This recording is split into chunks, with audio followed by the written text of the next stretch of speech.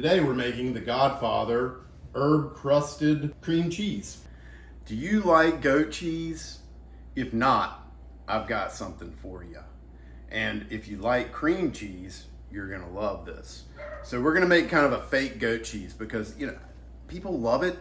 I personally, it's tough sometimes, right?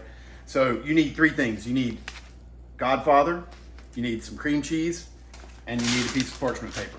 And this is gonna be super easy. We're gonna just roll this stuff up. Kind of do like an herb crusted cream cheese. And I'm gonna take it before I put it over there. I'm just gonna kind of mash this around more into the shape of a log, at least, initially, instead of a rectangle. And then we're just gonna throw it in there and roll it around, and then you're done.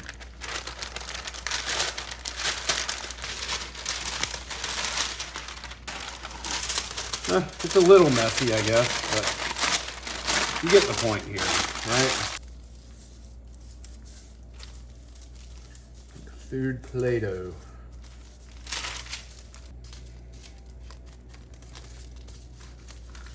And there's your Godfather cheese log. How beautiful is that? Now for my favorite part.